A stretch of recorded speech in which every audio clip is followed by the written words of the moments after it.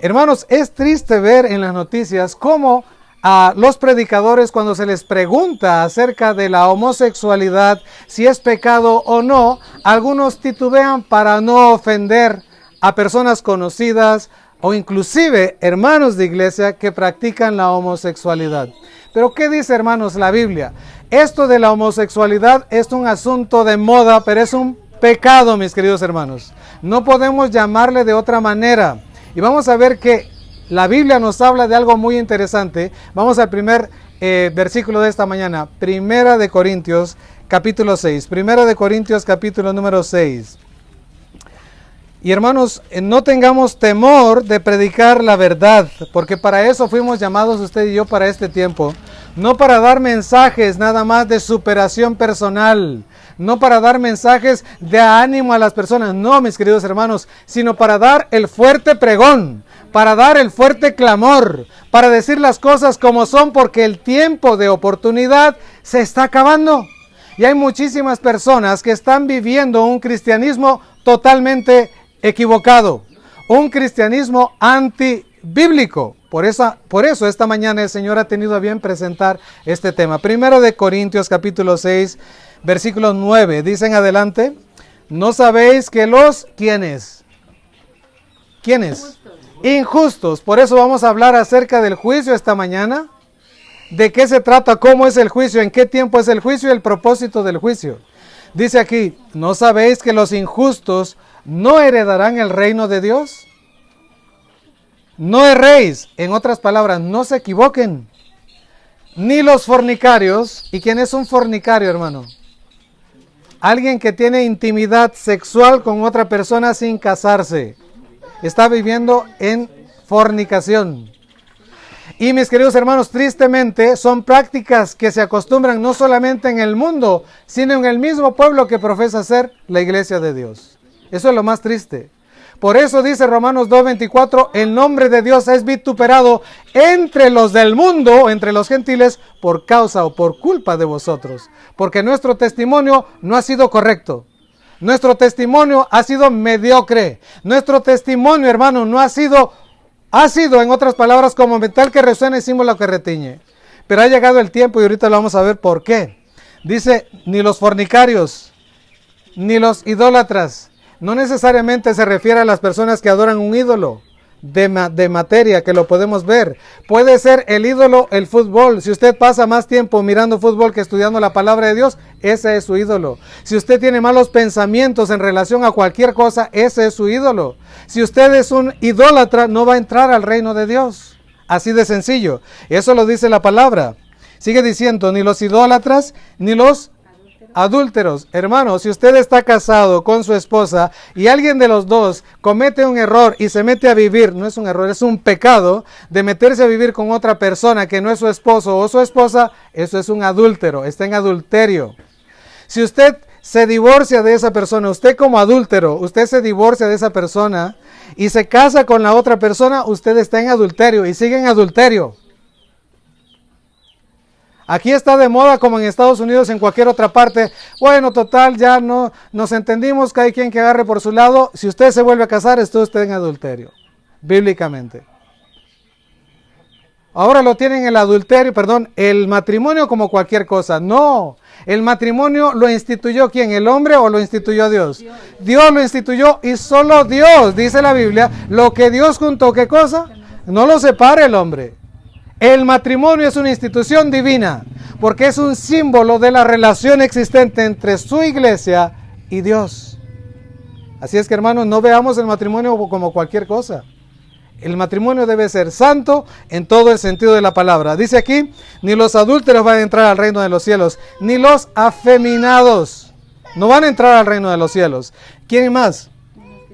Ni los que se echan con varones. Hermanos, estamos viendo en las noticias cómo se casa varón con varón. Eso no es matrimonio. Eso es una burla contra el matrimonio.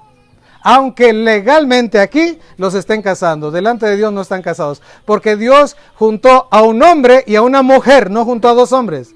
No juntó a dos mujeres. Ni juntó a medio hombre, media mujer con media mujer. Juntó a un hombre con una mujer y los unió para que fueran una sola carne. Si eso está claro, dígame. Amén. Estamos viviendo, hermanos, en tiempos complicados. ¿Por qué razón? Porque la venida de Cristo Jesús está a las puertas.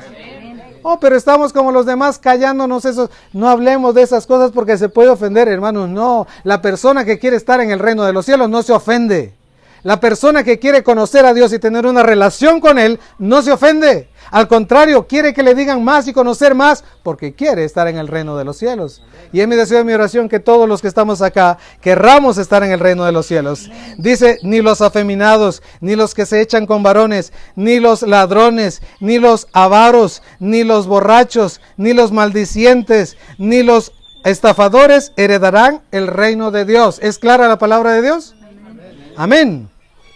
Y esto dice Pablo, y esto erais, porque ahora, mis queridos hermanos, en Estados Unidos también están saliendo unos predicadores diciendo que Pablo no conocía el problema de la homosexualidad en su tiempo.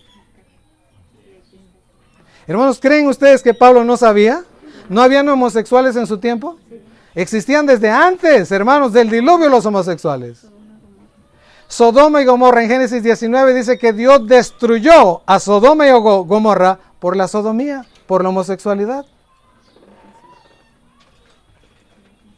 Y ahora hay ancianos de iglesia homosexuales, hay pastores de iglesia homosexuales. Se ha metido la apostasía, se ha metido toda la maldición y la iniquidad dentro de la iglesia.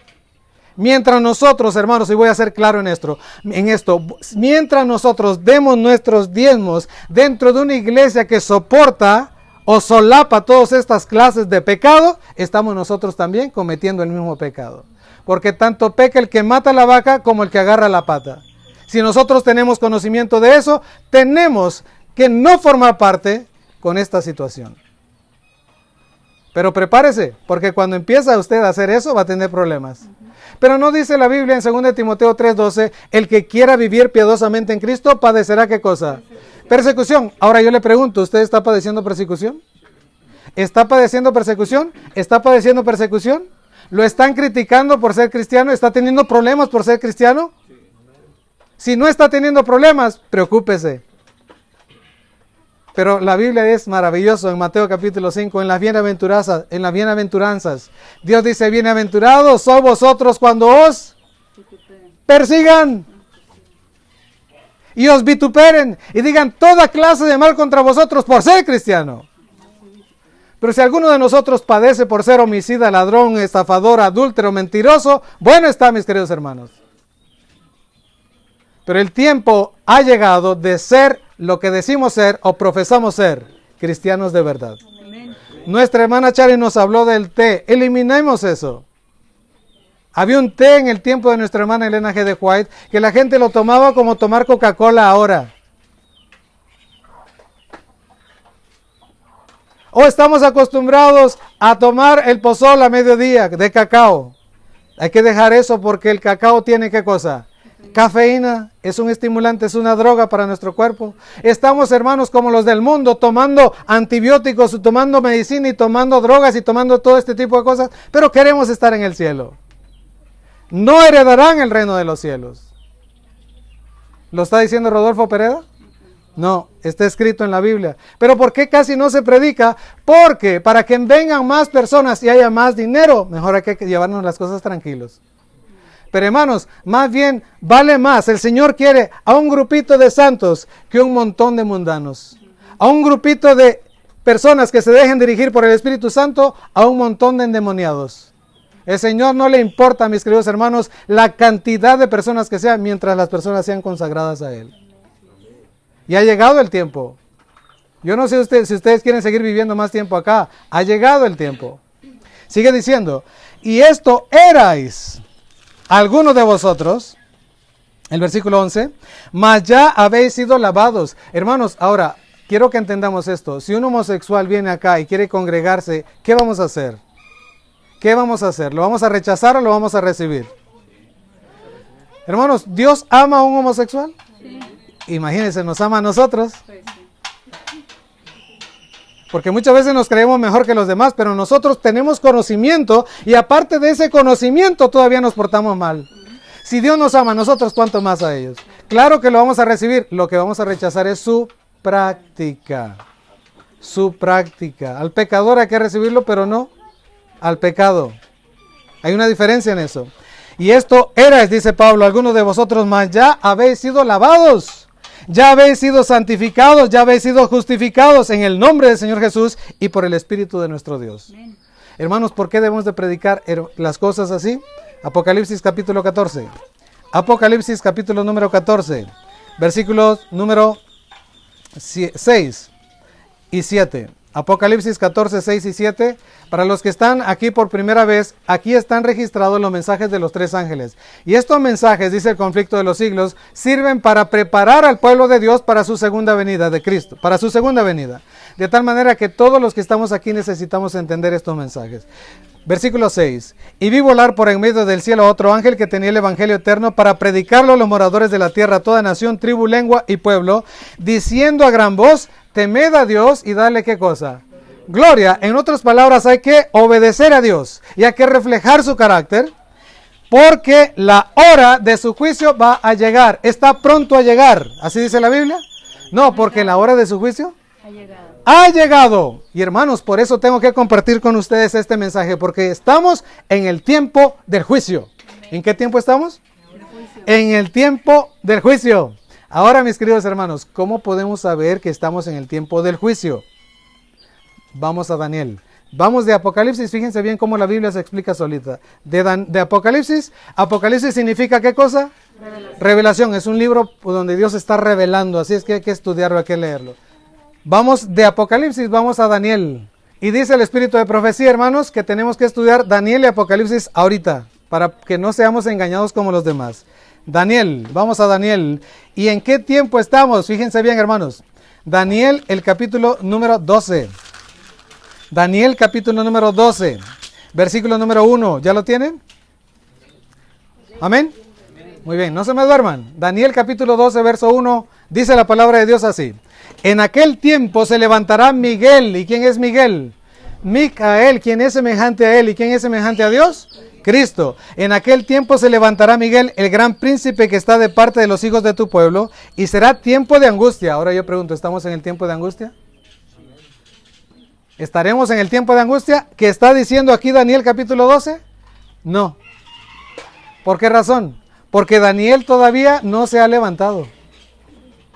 Cuando Jesús se levante, dejará de interceder, terminará el tiempo de gracia y entonces caerán las 7 copas de la ira, las 7 postreras plagas. Pero claro que estamos en un tiempo previo de angustia, donde ya se están saboreando los juicios de Dios. Pero las 7 postreras plagas todavía no. ¿Por qué? Porque Jesús todavía está intercediendo por nosotros. ¿Se entendió eso? Porque Daniel 12:1 dice, en aquel tiempo se levantará. ¿Está en el futuro o en el pasado? Futuro, mis queridos hermanos. Todavía. Pero déjenme decirles, es un corto futuro. Futuro bien cerquita. Futuro bien cerquita. ¿En dónde estamos? Estamos en Daniel capítulo 11. Ahorita estamos en Daniel capítulo 11. Se lo muestro. Versículo número 41. Daniel capítulo 11, versículo número 40. Voy a leer para agarrar contexto. Daniel capítulo 11, versículo 40. Dice así la palabra de Dios. La palabra de Dios dice ahí. Pero al cabo del tiempo, el rey del sur contenderá con él, y el rey del norte se levantará contra él como tempestad, con carros y gente de a caballo y muchas naves, y entrará por las tierras, e inundará y pasará. Bueno, antes de seguir leyendo, ¿quién es el rey del norte? El papado, mis queridos hermanos. Tenemos que leer todo el capítulo 11 para entender cómo surgió. ¿Se acuerdan ustedes cuando estudiamos el capítulo 11? ¿Cómo surgió el rey del sur? ¿Cómo surgió el rey del norte? ¿Cómo? Pero de un versículo para acá, el rey del norte llega a ser el papado. Ok, versículo 41. Ahora, el papado entrará a la tierra gloriosa. ¿Cuál es la tierra gloriosa? Estados Unidos de Norteamérica. ¿Cuándo entró el papado a Estados Unidos al Congreso? 2015. ¿Vamos bien hasta aquí? Y ahí estamos, en esa parte, miren.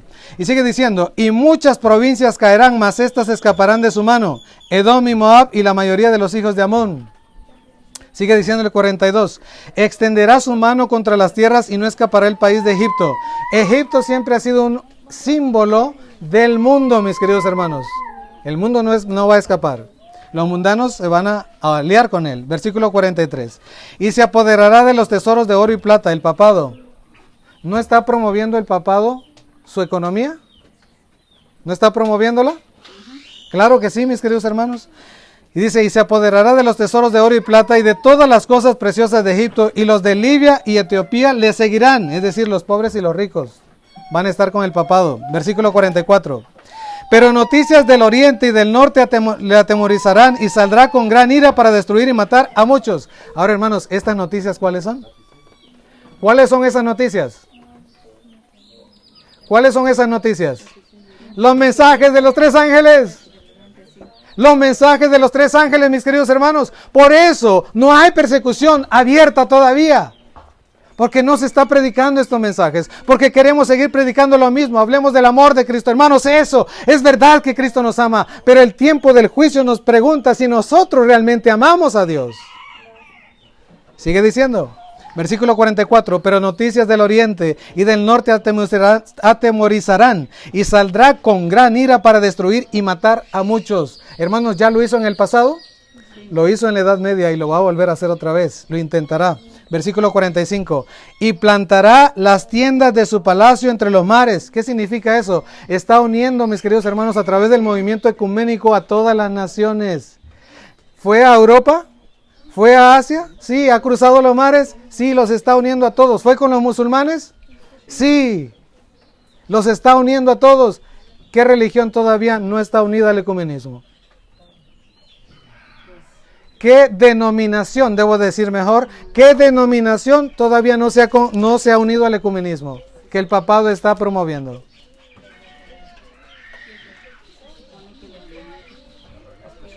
¿Saben quiénes? Los que guardan los mandamientos y tienen la fe de Jesucristo. Solamente. Todas las demás ya están unidas. Si quedó claro, dígame, por favor. Quiero que todo se vaya entendiendo. Y tenemos que decir las cosas como son. Los reformadores, hermanos, no querían dar el mensaje tremendo, pero se dieron cuenta que si no lo hacían de esa manera, no iban a llegar a ningún lado. Tuvieron que abandonar la iglesia de sus padres. Tuvieron, por amor al Señor Jesucristo, atreverse a sufrir la muerte. Y no solamente eso, algunos de ellos fueron quemados. ¿Pero cómo morían? Cantando. ¿Cuántos estamos listos? Y todavía preguntamos, ¿por qué el Señor no ha venido todavía, mi querido hermano? Versículo número 45. Y plantará las tiendas de su palacio entre los mares y el monte glorioso y santo, mas llegará a su fin y no tendrá quien le ayude.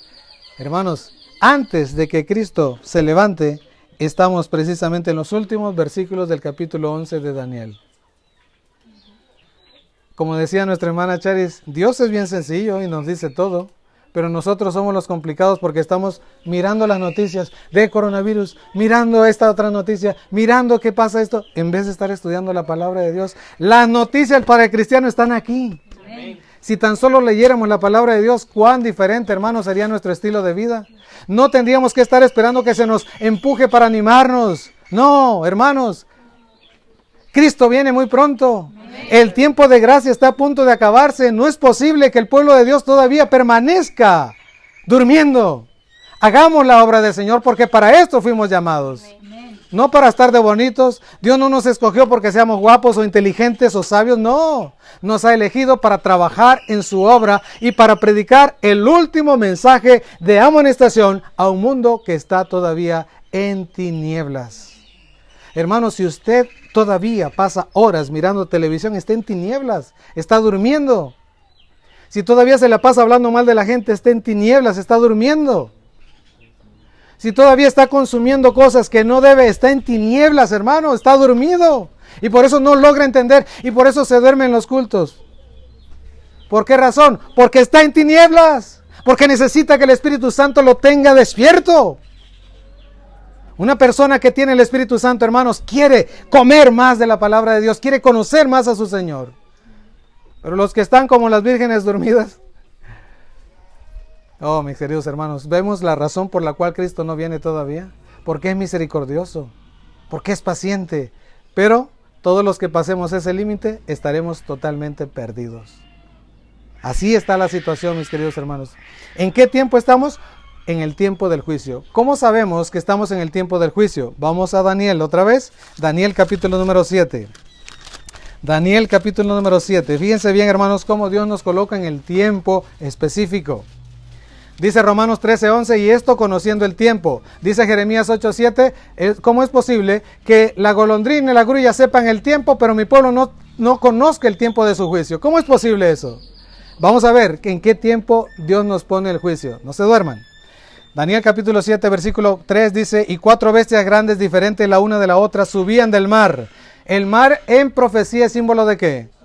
Muchedumbre, según Apocalipsis capítulo 17, verso 15. Bien, verso 4. La primera era como león. El león es símbolo de ¿qué imperio? Estas bestias son símbolos de imperios, gobiernos. Babilonia. ¿De qué año a qué año reinó Babilonia? 606 al 538. Muy bien contestado. Verso 5. He aquí otra segunda bestia semejante a un oso. ¿Oso es símbolo de qué imperio? Medo-Persia. ¿De qué año a qué año reinó Medo-Persia? 538 al año 331, versículo 6. ¿Vamos bien? Antes de Cristo. Todo esto es antes de Cristo, por eso venimos hacia abajo. Verso 6. Después de esto miré, y aquí otra bestia semejante a un leopardo. ¿Recuerdan ustedes cuántas cabezas tenía el leopardo? 4 cabezas. Así que simbolizaban los 4 generales ¿de quién? De Alejandro el Grande. Muy bien. Bueno, Grecia. Grecia reinó del año 331 al 168 antes de Cristo. ¿Vamos bien hasta aquí? Fíjense lo que dice el verso 7. Hermanos, síganme y los niños también porque para ustedes es el mensaje. Quiero que los niños entiendan y aprendan, porque Satanás los va a tratar de envolver. Si ustedes conocen esto, no van a estar durmiendo. Versículo 7. Después de esto miraba yo en las visiones de la noche y aquí la cuarta bestia. ¿Cuántas bestias llevamos? 4 bestias, espantosa y terrible en gran manera. ¿Qué bestia es ese? ¿Qué gobierno es? Roma, exactamente. Roma imperial, Roma pagana. ¿Ok? Reinó del año 168 al 457 después de Cristo. Cerquita. Perdón, 472. 76 después de Cristo. Por eso digo, 476 después de Cristo. ¿Vamos bien? Versículo 8. Fíjense bien, hermanos. ¿En qué año vamos? 476 después de Cristo. Versículo 8. Mientras yo contemplaba los cuernos, he aquí que otro cuerno pequeño salía entre ellos, y delante de él fueron arrancados 3 cuernos de los primeros. Un cuerno pequeño. ¿De qué cuerno está hablando ahí? Del papado. Ya ustedes lo saben. El papado reinó ¿de qué año a qué año? 538 a 1798. Eso fue el reinado del papado. ¿Cuántos años fueron? 1260 años. Ahora Apocalipsis vuelve a repetir la misma cantidad de tiempo. No. La misma cantidad de tiempo no. Vuelve a mencionar el número, pero no es la misma cantidad de tiempo. Apocalipsis capítulo 13. Ok, ¿hasta qué año llegamos aquí? 1798. Fíjense bien el versículo 9. Versículo 9. Estuve mirando hasta que fueron puestos tronos. Y cuando la profecía habla de tronos, está hablando de ¿qué? Juicio. ¿Cuándo empezó el juicio entonces? En 1844. Ay, sí, pero ¿por qué no 1799? ¿Por qué 1844?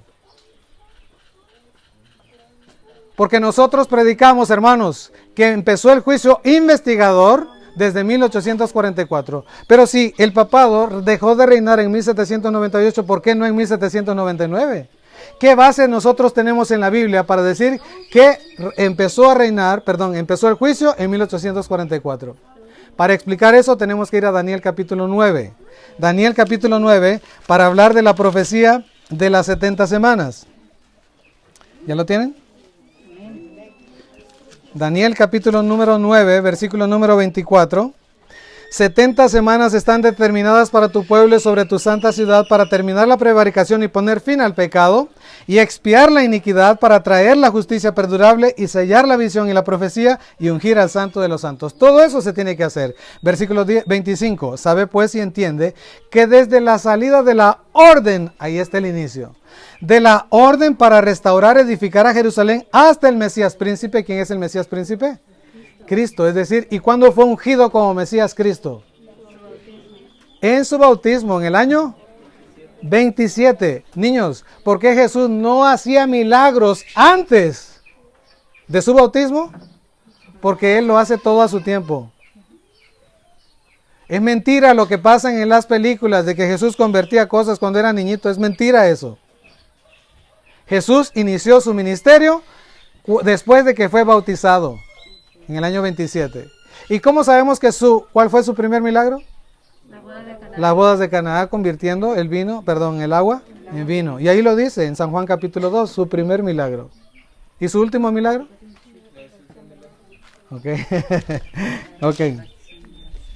Ok. Entonces ahí está la clave para iniciar a contar. ¿Qué vamos a contar? Daniel capítulo 8. Daniel capítulo 8, versículo 13 y 14. ¿Qué vamos a contar? Daniel capítulo 8, versículo 13 y 14. Hermano, ¿está anotando los textos? Porque al final de la presentación voy a hacer preguntas. Daniel capítulo 8, versículo 13 y 14. Entonces oí a un santo que hablaba y a otro de los santos preguntó a aquel que hablaba: ¿hasta cuándo durará la visión del continuo sacrificio y la prevaricación asoladora, entregando qué cosa? El santuario y el ejército para ser pisoteados. Verso 14. Y él dijo: hasta 2300 tardes y mañanas, luego el santuario será ¿qué cosa? Purificado. Oh, tenemos ahora el número 2300 tardes y mañanas. Y dice Daniel capítulo 9, sabe pues y entiende el versículo 25, que desde la salida de la orden para restaurar a Jerusalén. Ahora hay que investigar cuándo se fue dada esa orden. ¿Cómo le vamos a hacer? Esdras capítulo 7. Esdras capítulo número 7. En continuo sacrificio que ahorrar sacrificio porque está mal. Correcto, gracias. Esdras capítulo número 7. Gracias por la aclaración, Gerson. Esdras capítulo número 7. Sacrificio está añadido, ¿eh? En el original no hay sacrificio. La palabra sacrificio no existe. ¿Mande? Esdras capítulo 7, versículo número 7. Esdras 7:7. Así es que está fácil, no se les olvida. Dice ahí: y con él subieron a Jerusalén algunos de los hijos de Israel y de los sacerdotes, levitas, cantores, porteros y sirvientes del templo en el 7º año de ¿qué? Del rey Artajerjes. Ahí está dando el punto de partida, versículo 8. Y llegó a Jerusalén en el mes 5º del año 7º del rey. ¿En qué año? En el 7º año del reinado de Artajerjes. Si vamos a la historia, vamos a encontrar que Artajerjes comenzó a reinar en el año 464. Si usted le quita 490 años de las 70 semanas, porque las 70 semanas en profecía son 490 años, lo llevan ¿hasta dónde? Hasta el fin del tiempo de gracia para los judíos, en el año 34. Y todavía quedan 1810 años para llegar a 2300, ¿verdad? Pregunta: ¿qué hace Jesús durante 1810 años? Jesús está en el lugar santo haciendo ¿qué cosa? Intercediendo. Pero a partir de 1844, mis queridos hermanos, Jesús pasa del lugar santo al lugar santísimo para iniciar la última fase de intercesión. Hermanos, ¿quedó claro? ¿Tenemos el punto de partida? Oh, pero algunos todavía están, 490 más. Son 2300 tardes y mañanas en total, son 2300 años que inician en el 457 antes de Cristo y van hasta el año 1844.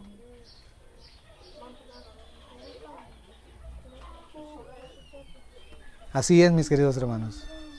Y en ese año Jesús, no porque Hiram Edson miró la visión, no, es porque en la profecía está así. 1844 Jesús pasa del lugar santo al lugar santísimo. ¿Qué juicio inicia, hermanos, para los que no saben? El juicio de Dios consta de 3 fases. ¿Cuántas fases? 3 fases, y ahorita se los voy a mostrar con la Biblia. Si se dan cuenta, no tengo ningún otro libro, solo la Biblia. A propósito. 3 fases del juicio. Número 1, juicio investigador. Número 2, juicio judicial. Y número 3, juicio ejecutivo. ¿Les gustaría saber dónde está? Vamos a la Biblia. Vamos a ir ¿Quieren ir primero a Apocalipsis o a Génesis? ¿A dónde quieren ir primero? Vamos a Génesis, ahorita les digo el capítulo. Génesis, capítulo número 6. ¿Ya lo tienen? Génesis capítulo número 6. Fíjense bien, hermanos, ¿por qué razón Dios elige a Moisés? ¿Por qué razón? Versículo número 8. Pero Noé halló gracia ante los ojos de Jehová. Versículo 9, estas son las generaciones de Noé. Noé, varón, ¿cómo? Justo. ¿Por qué había sido justo? Porque Dios ya lo había visto. Ahorita lo vamos a ver. Dios lo llama justo. Dice, ¿era? Perfecto. Ahora, hermanos, tristemente hay pastores que dicen, no, prediquemos de la perfección porque es imposible eso. Ay, ¿qué nos dice? Toda escritura es inspirada por Dios y útil para enseñar, para redarguir, corregir e instruir en toda justicia, a fin de que el hombre de Dios sea como perfecto, enteramente preparado para toda buena obra. Claro que se puede lograr la perfección, pero no lo vamos a hacer nosotros. Ese es otro tema. ¿Quién lo hace en nosotros? Cristo en nosotros. Dice Pablo, ya no vivo yo, Cristo vive en mí. Pero cuando Cristo vive en mí, cambian los hábitos. Se puede dejar el pozol, se puede dejar el café, se puede dejar la televisión, se puede dejar el chisme. Cuando Cristo obra milagro en su vida. Si Cristo no está viviendo en nosotros, entonces es imposible para el ser humano lograr la perfección. Adán y Eva lo quisieron hacer. ¿Se pusieron túnicas de qué? Jesús les dice, eso no sirve.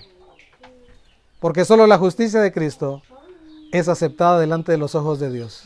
Y por eso dice aquí, versículo 9, estas son las generaciones de Noé. Varón justo, era perfecto en sus generaciones. Con Dios, ¿qué cosa?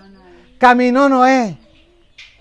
Con Dios caminó Noé. Fíjense bien, viene la primera parte del juicio investigador. Versículo 12. Y miró Dios a la tierra. ¿Qué hace Dios? Miró. Primera fase del juicio. Y miró Dios a la tierra y aquí que estaba corrompida, porque toda carne había corrompido su camino sobre la faz de la tierra. Ok, versículo 18. Mas estableceré mi pacto contigo y entrarás en el arca tú, tus hijos, tu mujer y las mujeres de tus hijos contigo. Cuando Dios le dice eso, todavía Noé ni siquiera tenía hijos. Si nosotros analizamos todo, así era. Ahora, la segunda fase del juicio, capítulo 7, sigue diciendo ahí en el juicio, capítulo 7, verso 1, dijo luego Jehová a Noé, entra tú y tu casa en el arca, porque a ti, ¿qué cosa? Visto justo delante de mí en esta generación. La segunda parte del juicio no inicia estando Noé afuera del arca, sino estando ¿dónde? En el arca.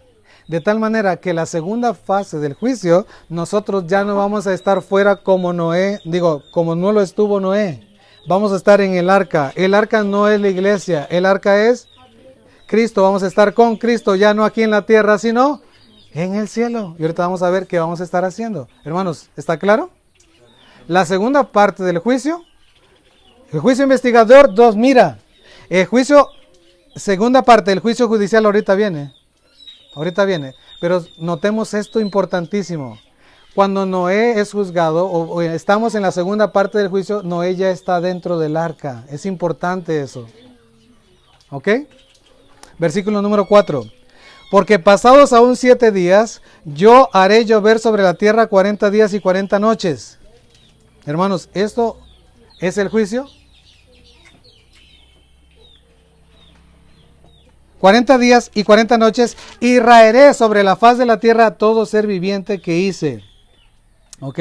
E hizo Noé conforme a todo lo que mandó Jehová. Dios le estaba diciendo a Noé lo que iba a hacer, pero todavía no lo hizo. Versículo 10. Y sucedió que al séptimo día las aguas del diluvio vinieran sobre la tierra, y el año 600 de la vista de Noé, en el mes segundo, a los 17 días del mes, aquel día fueron rotas todas las fuentes de las grande del abismo, y las cataratas de los cielos fueron abiertas.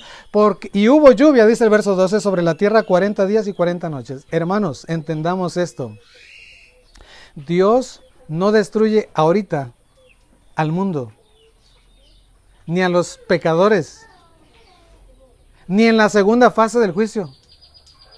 Porque Noé está dentro y los impíos están afuera. La segunda fase del juicio, una pregunta sencilla para todos. ¿Cuál es el propósito de Dios tener 7 días a Noé adentro? ¿Purificarlo? ¿Qué más? ¿Por qué razón no entra Noé y entonces viene el diluvio? Porque no seguía la segunda fase del juicio. ¿Probarlo?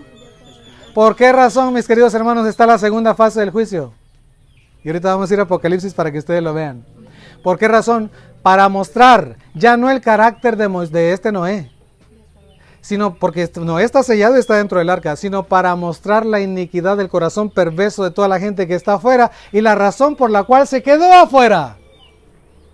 Porque dice el espíritu de profecía, lo menciona claramente, que las personas siguieron haciendo ¿qué cosa? Siguieron tomando café, siguieron tomando chocolate, siguieron tomando pozol, siguieron mirando televisión, siguieron mirando las noticias, siguieron haciendo todo y el tiempo de oportunidad se había cerrado, se había acabado. ¿Sí me están siguiendo? Tercera fase del juicio, desciende entonces la lluvia. Vamos a Apocalipsis, capítulo 20. Apocalipsis capítulo 20, para que entendamos el mismo principio. Desde Génesis hasta Apocalipsis es el mismo principio. Apocalipsis capítulo número 20. Y entonces ¿por qué es importante entender esto, hermanos? Porque la gran mayoría de las religiones está predicando, preparémonos porque ya viene el fin del mundo, y la gente tiene miedo, y miran huracanes aquí, y miran terremotos acá, y miran lesbianismo por acá, y dice, ya va a ser el fin del mundo, la gente tiene miedo. No es así. No es así. Y ahorita lo vamos a ver. Apocalipsis capítulo 20. Versículo número 4. Y vi tronos y se sentaron sobre ellos. Capítulo 20, verso 1. Voy a agarrar contexto. Vi a un ángel que descendía del cielo con la llave del abismo y una gran cadena de la mano, y prendió al dragón, la serpiente antigua, que es el diablo y Satanás, y lo ató por 1000 años. ¿Por cuánto tiempo? 1000 años. Ahora se está predicando, hermanos. El papado y todas las iglesias ecuménicas están diciendo que todos tenemos que unirnos ecuménicamente para que estemos en paz durante 1000 años. Eso no dice la Biblia. Aquí dice claramente que lo va a atar durante 1000 años. Verso 13. Y lo arrojó al abismo y lo encerró y puso su sello sobre él para que no engañase más a las naciones. ¿Por qué no puede engañar a las naciones? ¿Por qué? Porque los justos, mis queridos hermanos, estamos dentro del arca. Porque los justos estamos en el cielo. No, creo que no están conmigo esta mañana. ¿Por qué no puede engañar Satanás a nadie? Porque los justos ya no estamos aquí en la tierra. Los justos estamos en el cielo. ¿Y los injustos? Muertos.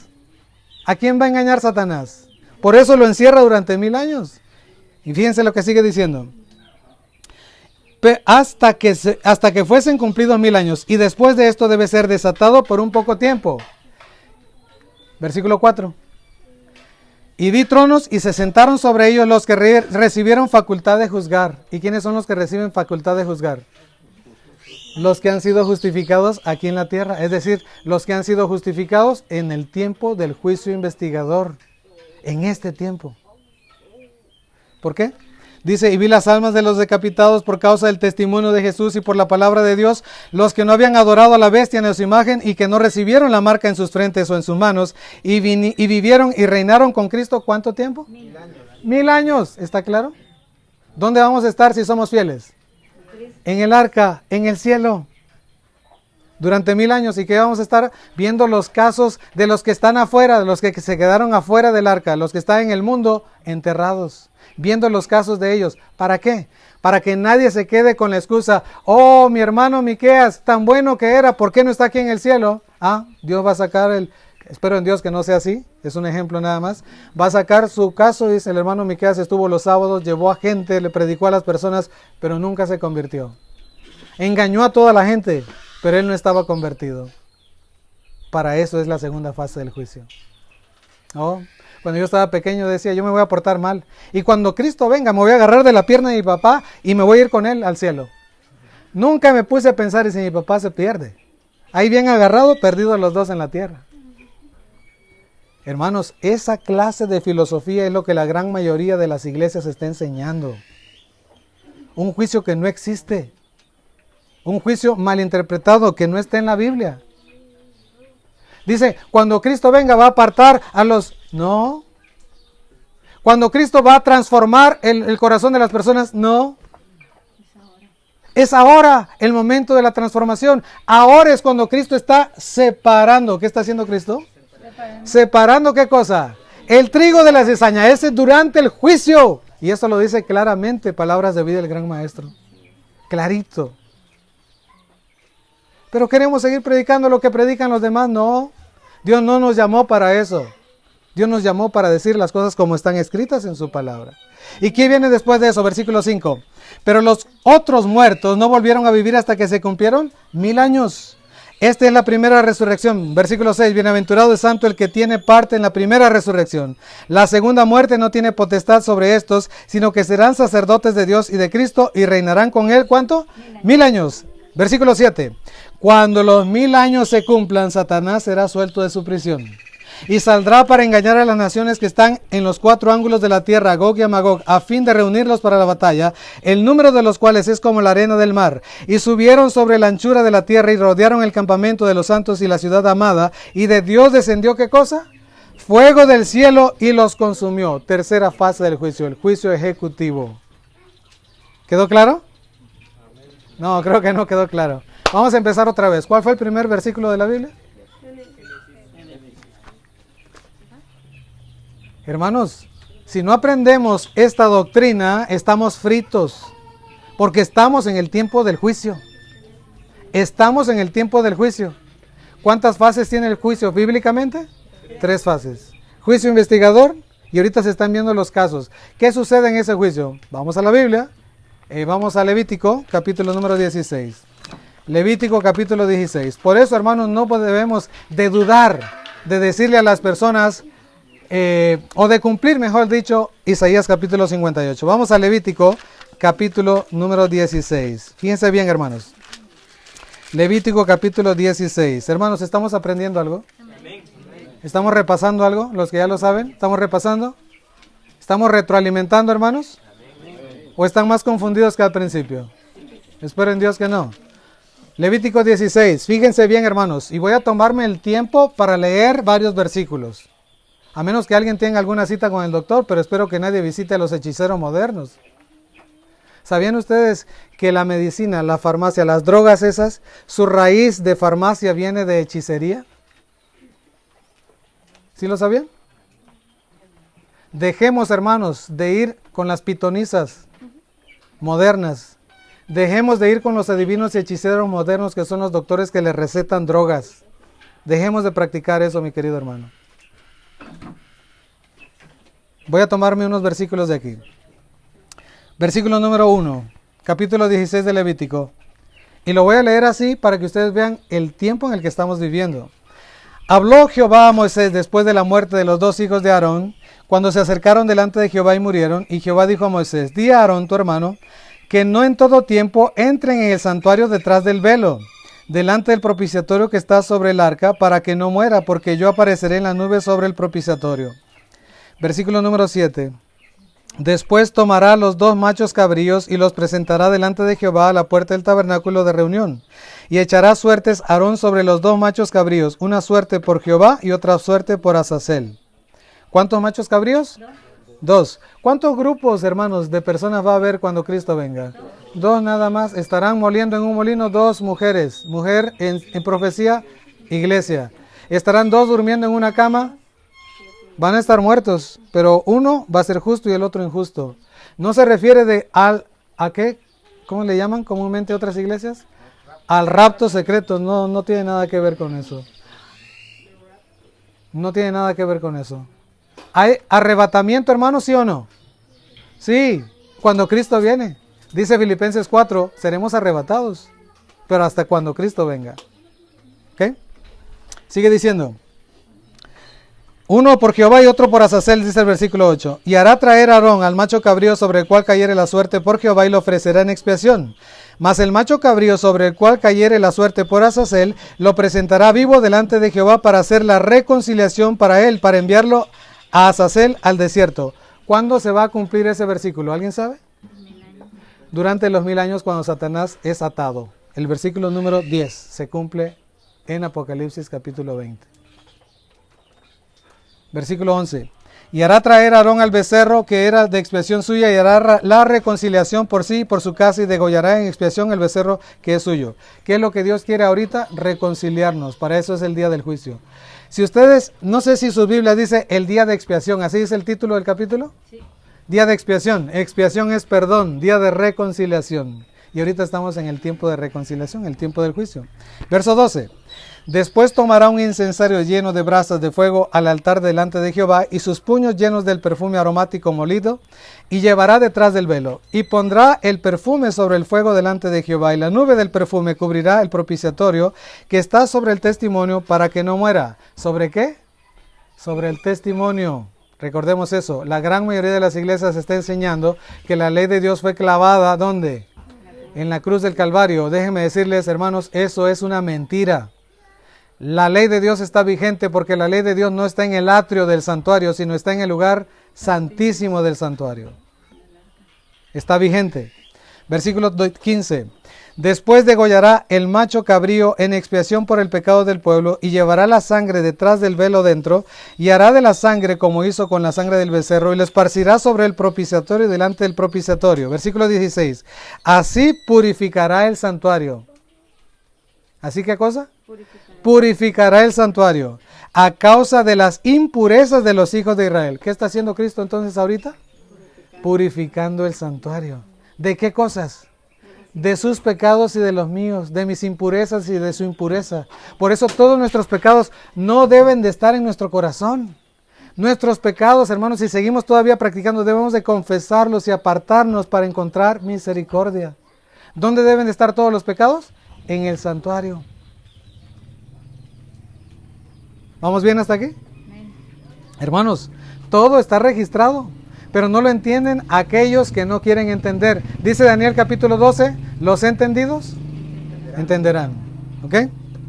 Dice, de las rebeliones y de todos sus pecados, de la misma manera hará también el tabernáculo de reunión de la cual reside entre ellos en medio de sus impurezas. Muy bien. Versículo 30. Porque en este día se hará expiación por vosotros y seréis, ¿qué cosa? Limpios de todos vuestros pecados delante de Jehová. Es lo que Dios quiere hacer ahorita. ¿Eso dice su Biblia? Limpios, hermanos, de algunos pecados, dice su Biblia. Limpios de todos sus pecados. Eso es lo que Dios está haciendo ahora en el santuario celestial, hermanos. ¿Cómo sabemos, hermanos, que Dios está en el santuario celestial? Pregunta, ¿cómo sabemos que Dios está en el santuario celestial realizando esta obra que hacían los sacerdotes en la antigüedad? ¿A qué libro vamos? Al libro de Hebreos, capítulo número 9. Hebreos, capítulo número 9. Hermanos, la verdad que el pueblo de Dios tiene para este tiempo es singular. Es singular, no es común. Hebreos, capítulo número 9, versículo 2.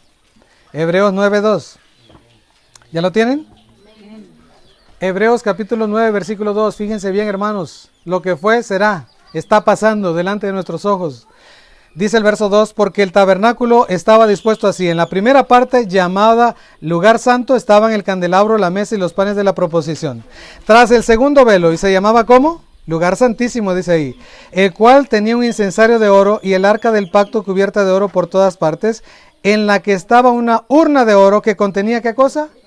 El maná. Por eso se predica la reforma pro salud. Ahorita.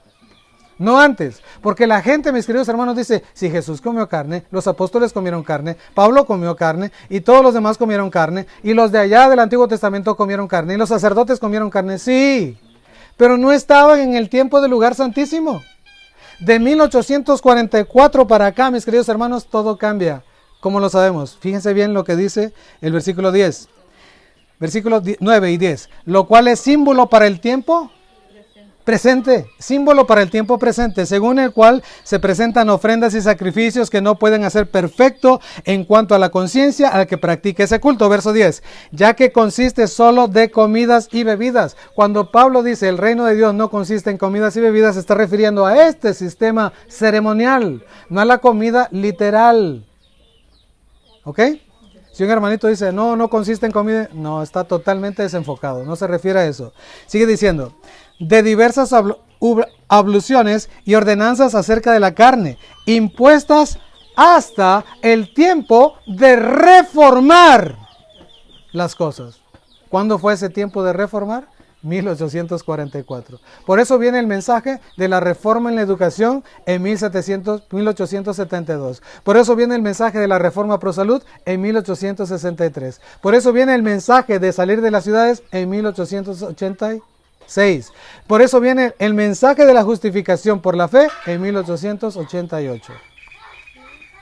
Ese año 1844 fue el año que aquí está registrado hasta el tiempo de reformar todas las cosas. Levítico 11, mis queridos hermanos, no es aplicable para este tiempo.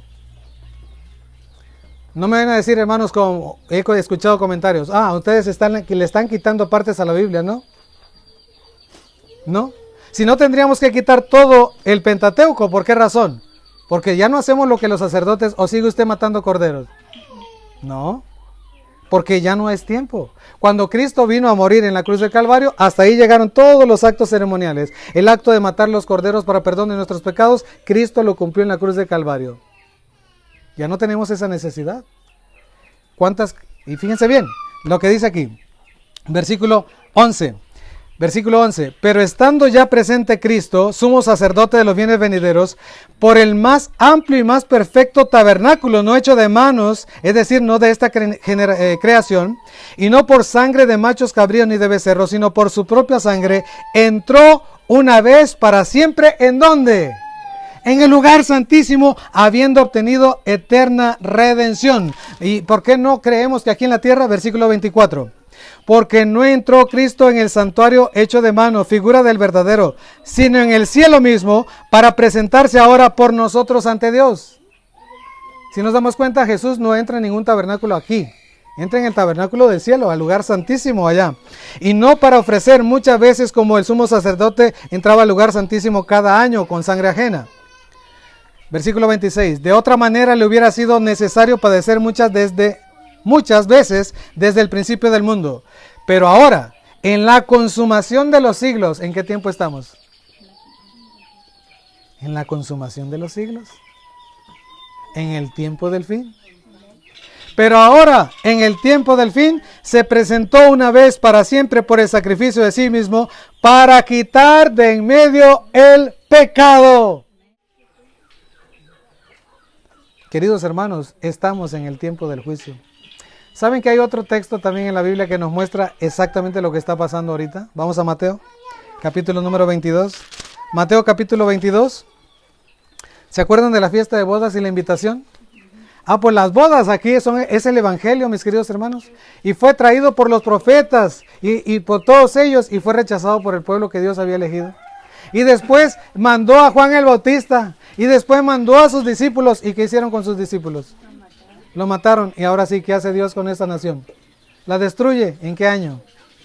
En el año 70 Jerusalén fue destruida. Hermanos, ¿nos puede destruir a nosotros Dios? Sí. No, Dios es misericordioso, nos ama tanto que nos va a llevar al cielo. No, señores, porque Dios no se lleva del corazón. Dios está llevando a cabo su juicio en relación a lo que está escrito, registrado. Bueno, ya sabemos lo que dice Mateo 22, ¿verdad? ¿O alguien tiene dudas? Entró el rey para ver a los invitados. Todos los que profesan amar a Dios, todos los que profesan decirse cristianos, pues hay una investigación. Y mira que hay una persona ahí que no tiene ¿qué cosa? La justicia de Cristo. No está siendo justificado, no tiene el sello de Dios, no está santificado. Simplemente es de palabra y de lengua. Es mediocre, no se entrega a Dios. ¿Cómo entraste aquí? ¿Y qué pasa con esa persona? Eso es lo que está pasando ahorita. Eso es lo que está pasando ahorita. ¿Qué libros? Vamos a Apocalipsis. Apocalipsis. Apocalipsis, hermanos, ¿quieren ir a Apocalipsis? Apocalipsis capítulo 20. Fíjense bien. Dice, y vi a los muertos, versículo 12. Apocalipsis 20:12. Y vi a los muertos grandes y pequeños de pie ante Dios. ¿Y qué cosas fueron abiertos? Los libros fueron abiertos. Y otro libro fue abierto. Si son los libros, es que más de uno, ¿verdad? Los libros más el libro de la vida. Ahí dice, otro libro fue abierto, el cual es el libro de la vida. Y fueron juzgados los muertos por las cosas que había en el corazón de cada persona. ¿Eso dice la Biblia? ¿Por las cosas que había en el corazón de cada persona? No. Por las cosas que estaban escritas en esos libros. Y mis queridos hermanos, nuestro nombre, ¿cuándo? Una pregunta sencilla. ¿Cuándo he registrado su nombre y el mío en el libro de la vida? Cuando acepta usted o yo a Cristo Jesús como su Salvador. sus pecados son perdonados y su nombre es escrito en el libro del Cordero, el libro de la vida. Y lo sella eso bautizándose, entregando su vida a Cristo. Hermanos, ¿nuestro nombre puede ser borrado del libro de la vida? Sí, mis queridos hermanos. ¿Por qué? Dice Éxodo, anoten esa cita, Éxodo 32, 33. Éxodo 32, 33. Que aquella persona que siga pecando, borraré de mi libro su nombre. Apocalipsis 3, 5, para que no borre su nombre. ¿Anotaron esas citas? Éxodo 32, 33 y Apocalipsis 3, 5, entre otros, hermanos. Claro que puede ser borrado y por eso se está llevando a cabo el juicio ahora. La gente, hermanos y hermanas, escuchen bien lo que voy a mencionar. La gente se entristece porque su nombre es borrado del libro de la iglesia y piensa que se va a morir. ¡No! Su nombre y el mío deben de estar anotados, ¿dónde? En el libro del Cordero, en el libro de la vida. Y de ahí es donde no se debe de borrar. Y para que no se borre, nuestros nombres deben tener un registro limpio. Y es lo que Cristo está haciendo por usted y por mí. Que nuestro nombre, nuestro registro esté limpio. Eso es la purificación del santuario. Es quitar tus pecados, nuestros pecados, mis pecados. Y ponerlos como hacía el sacerdote allá, ponerlos sobre el chivo azazel. ¿Y el chivo azazel es símbolo de quién? Satanás, mis queridos hermanos, el verdadero culpable. Eso es lo que Cristo está haciendo ahora. ¿Cuáles son los otros dos libros? Vamos a Malaquías. Y con esto vamos a terminar. Malaquías, capítulo número 3. Malaquías, capítulo número 3. ¿Ya lo tienen? Versículo 16. Apocalipsis 14, 7 dice el primer mensaje, temed a Dios. Y fíjense lo que dice aquí, versículo 16. Entonces los que temían a Jehová. ¿Vale la pena temer a Dios? Temían a Jehová, hablaron cada uno a su compañero, y Jehová escuchó y oyó, y fue escrito en el libro de ¿qué? De memoria delante de él. Y sigue diciendo, para que los que temen a Jehová y para los que piensan en su nombre. Oh, aquí en este libro de memoria se anota todo lo bueno. No todo lo bueno que usted hace. Ok, entendamos eso. En el libro de la crónica no se anota todo lo bueno que usted hace. No. Todo lo bueno que el Señor hace a través de usted. Amén. Porque ya no somos nosotros. Si algo bueno estamos haciendo, no somos nosotros. Es Cristo en nosotros. Amén. ¿Cuál otro libro existe, hermanos? Isaías capítulo 65. En Malaquías, ahí está el libro donde se anota todo lo bueno que el Señor hace a través de nosotros. Pero que dice, hay otro libro, Isaías 65. Isaías capítulo 65, versículos 6 y 7. Cuando lo tenga, dígame, por favor. Dice así, he aquí que escrito está escrito, delante de mí no callaré, sino que recompensaré y daré el pago en su seno. Por vuestras iniquidades, o vuestros pecados, o vuestras rebeliones, dice Jehová, y por las iniquidades de vuestros padres juntamente, los cuales quemaron incienso sobre los montes y sobre los collados me afrentaron, por tanto yo los mediré. Eso mediré, ¿qué significa? Los enjuiciaré, los mediré, y yo les mediré su obra antigua en su seno. De tal manera que en este libro, hermanos, se anotan todos nuestros pecados. Todos nuestros pecados. Y es en relación a lo que está escrito en esos libros, como Dios te va a declarar a usted, o me va a declarar a mí, justo o injusto. No es, Dios me ama y me va a llevar al cielo. No. Aunque nos ame, no dará por inocente al culpable. No, entonces Dios no sería justo, es justo. Porque Dios murió por usted y por mí. Eso es justicia. ¿Debieron haber muerto Adán y Eva? Sí, pero no murieron. ¿Quién murió? Un cordero. Para poner esas vestiduras. ¿Vino Jesús a hacer efectivo todo eso en San Juan 3:16? Amó Dios al mundo tanto que dio a su Hijo único, unigénito, para que todo aquel que en Él crea no se pierda, mas tenga vida eterna. Amén. Qué maravilloso Dios tenemos. Hermanos, si alguno de nosotros se pierde, va a ser por su propia decisión. Porque Dios hizo provisión para que todos pudiéramos ser salvos.